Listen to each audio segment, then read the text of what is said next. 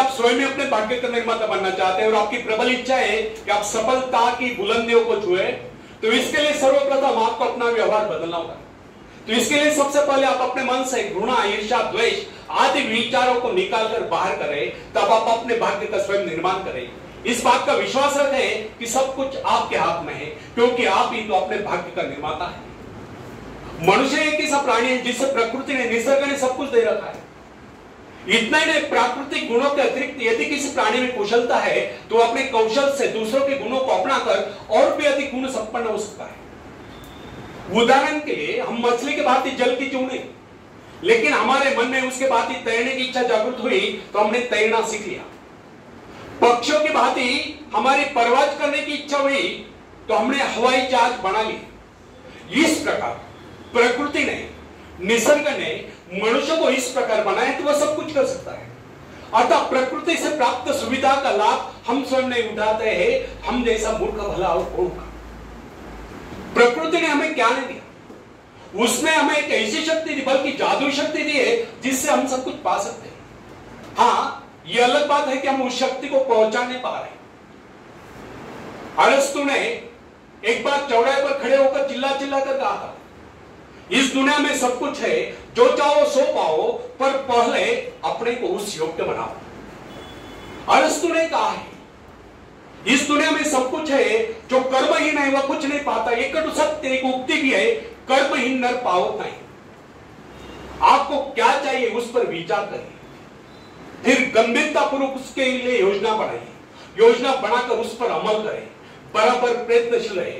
एक दिन आप अपनी इच्छा पूर्ति करके रहोगे, एक दिन आपको सफलता अवश्य मिलेगी। फ्रेंड्स, यदि हम सतत विकासमान हैं तो हमारी शक्ति क्षीण नहीं हो सकती। जिस प्रकार घर का कूड़ा प्रतिदिन झाड़ू से साफ करना पड़ता है, उसी प्रकार प्रतिदिन आपके मन के विचार, मन के कूड़े को साफ करें। निरंतर नए विचार, आगे बढ़ने के विचार, प्रगति के विचार, उन्नति के विचार मन में लाए।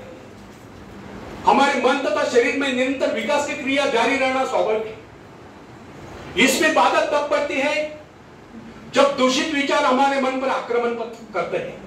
मन पर दूषित विचारों का आक्रमण तभी होता है जब हमारे मन में खालीपन होता है। जब तक हम अपने मन में विकास के विचार रखते हैं, तब तक अवनति के विचार नहीं सकते। प्रगति के विचार है तो अवनति के विचार नहीं सकते। मन को नवीन तथा तरोताजा करने के अनेक उपाय हैं। इस विषय में हम सबके भिन्न भिन्न अनुभव हो सकते हैं।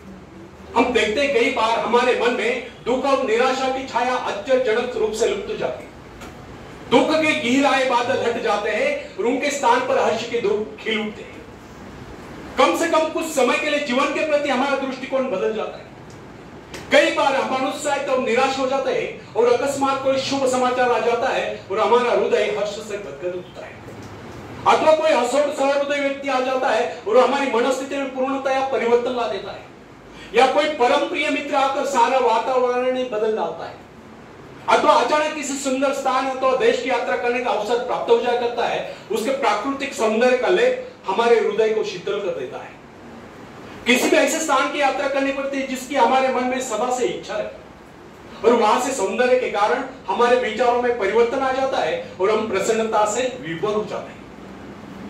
कुछ लोगों का यह विचार है कि मन बाहरी प्रभावों को ग्रहण करने में असमर्थ है, उसकी स्थिति में विशेष परिवर्तन नहीं कर सकता। उसके हर्ष विषाद की सीमाओं का निर्धारण भाग्य द्वारा होता है और हम केवल इतना ही कर सकते हैं कि इसे विचारों का अंश देकर चकमा दें, परंतु यह धारणा गलत है। हमारे पास ऐसे असंख्य उदाहरण हैं जिनमें व्यक्तियों की मनोवृत्ति में आमूल परिवर्तन होता देखा है। उनके मस्तिष्क में क्रांति होती देखी गई। बहुत से लोग जो जन्म से दुर्बल थे वे व्यायाम द्वारा सबल होते देखे गए और कर्मण्य कर्मठ होते देखे गए। ऐसे अनेक उदाहरण हमारे सम्मुख है जिनमें व्यक्ति मानसिक शक्तियों से रहित थे, किंतु प्रयत्न द्वारा उनमें भारी परिवर्तन आ गया। उनका दुर्बल व्यक्तित्व प्रबल व्यक्तित्व में परिणत हो गया। साहस का उदाहरण लीजिए। बहुत से सफल व्यक्ति पहले इस गुण से रहते थे। खतरा था कि उनका समस्त भविष्य अंधकार में होगा, परंतु माता पिता या गुरु की शिक्षा का उन पर ऐसा प्रभाव पड़ा कि उनके जीवन की धारा ही बदल गई। इससे यह सिद्ध होता है कि मनुष्य उपदेश या शिक्षा प्राप्त करके या निरंतर अभ्यास से विचारों में क्रांति ला सकता है। फ्रेंड्स, साहस पर मनुष्य का जन्म सिद्ध अधिकार है। साहस के भाव परिपक्व होने पर वही व्यक्ति जो पहले कायर समझा जाता था, शौर्य और पराक्रम के कारनामे कर लोगों को चकित कर देता है। जब हम भय, संदेह, निराशा से ग्रस्त स्थिति में होते तब हम सही निर्णय नहीं कर पाते। उचित और ठोस निर्णय केवल उसी समय किया जा सकता है जब मस्तिष्क सही स्थिति में हो। निराशा, क्रोध, ईर्ष्या, भय, द्वेष आदि के बादलों से घिरकर अंधकार में न हो। भय तथा चिंताग्रस्त मनस्थिति में कभी किसी महत्वपूर्ण विषय पर निर्णय नहीं करना चाहिए। जब मन निर्मल, संतुलित, शांत हो, कोई भी निर्णय उस समय करना चाहिए। उस समय जो निर्णय बनाए जाए केवल उन्हीं को कार्यान्वित करने का प्रयत्न कीजिए। भय, क्रोध आदि के आवेग पर मानसिक शक्तियां बिखर जाती है। उस समय मन एकाग्र न रहने के कारण निर्णय गलत होते हैं। यदि मनुष्य सही शिक्षण प्राप्त करे या मन को अभ्यास करे तो वह निराशा, क्रोध, ईर्ष्या, द्वेष आदि विचारों को कुछ क्षणों में अपने मन से निकालकर बाहर कर सकता है तथा प्रसन्नता का अनुभव कर सकता है। प्रसन्नता, आशा, आकांक्षा, उत्साह इन भावनाओं के आते ही मन का अंधकार दूर हो जाता है।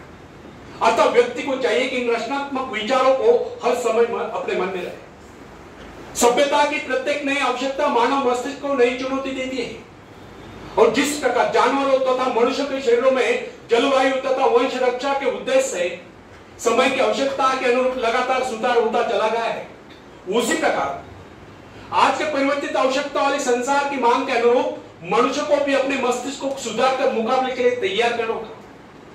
मस्तिष्क पर जिन विषयों पर सोचने का भार पड़ता है उसी के अनुरूप अपने में परिवर्तन कर लेता है।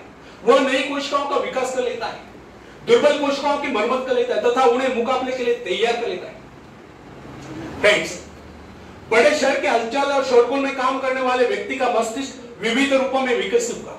वह शीघ्र सोचेगा, तेजी से गति करेगा, संक्लिष्ट विविध कार्यों में द्रुत गति से चेष्टा करेगा, शीघ्र आप पड़ने वाली विविध आपातकालीन क्रियाओं का मुकाबला करने के लिए तुरंत कार्यवाही करने का अभ्यस्त हो जाता है। छोटे नगर, कस्बे में रहने वाले व्यक्ति का मस्तिष्क भिन्न प्रकार से विकसित होगा क्योंकि उसकी आवश्यकता इतनी विविध नहीं है। उसे तुरंत ही बहुत से निर्णय करने की आवश्यकता नहीं होती। फ्रेंड्स, ये कदापि न भूले कि प्रत्येक कार्य मस्तिष्क सम्मुख नई चुनौती उपस्थित करता है और उसकी आवश्यकता के अनुरूप ही मस्तिष्क अपनी काबिलियत का विकास कर लेता है तथा विशेष किस्म के काम के लिए अपनी शक्ति को बढ़ाता है। विभिन्न धंधों, नौकरियों, व्यापारों या व्यवसायों के लिए विभिन्न प्रकार की शारीरिक तथा मानसिक चेष्टाओं की आवश्यकता होती है और इन आवश्यकताओं में भी तीव्र गति से निरंतर परिवर्तन होता रहता है। अतः जिस व्यक्ति का मस्तिष्क जितना अधिक ग्रहणशील, संवेदनशील, सूक्ष्म होता है वो उतनी तीव्रता से अपने में परिवर्तन लाने में समर्थ होता है तथा नए संघर्ष में सफलता एवं विजय प्राप्त करता है। उदाहरणतः एक पुरोहित की आवश्यकता विशिष्ट होती है, अतः उसका मस्तिष्क उन्हीं आवश्यकता के अनुरूप विकसित होगा। वर्षों तक उसका मन निरंतर आध्यात्मिक विषयों के चिंतन में लीन रहता है। अतः उसके मस्तिष्क के विकास का स्वरूप एक वकील, व्यावसायिक एवं भवन निर्माण विशेषज्ञ से भिन्न होगा। जिस व्यक्ति का जीवन अध्ययन या बौद्धिक हलचलों में लीन है उसके मस्तिष्क की सेल्स का विकास एक व्यापारी के मस्तिष्क से भिन्न होगा। अध्यापक में विचारों की उन्मुक्तता, कार्यों में शिथिलता, भौतिक पदार्थ के प्राप्ति के आग्रह का अभाव, एकांत प्रियता दिखाई देगी। जबकि व्यापारी में समझदारी, दूरदर्शिता, चतुरता, नियमबद्धता, समयबद्धता और फुर्ती दिखाई देगी। महत्वाकांक्षा मस्तिष्क के विकास में परिवर्तन या सुधार लाने वाली प्रबल शक्ति है। महत्वाकांक्षा या अपने जीवन के उद्देश्य को तय कर लेना स्वयं अपने आप में मस्तिष्क संबंधी बहुत ही महत्वपूर्ण घटना है। वैज्ञानिक लोग मस्तिष्क को विकसित करने की संभावना पर खोज करने में व्यस्त है। समय आएगा जब मस्तिष्क के विकास के रहस्य को मानव जान लेगा और इससे मनुष्य के चरित्र के विकास का कार्य सरल हो जाएगा। तब तक हमारे लिए इतना ही जान लेना पर्याप्त है। यदि हम अपने मस्तिष्क का ऐसा विकास चाहते हैं कि हमारा व्यक्तित्व सर्वप्रिय बने तो इसके लिए सर्वप्रथम हमें अपने मन से घृणा,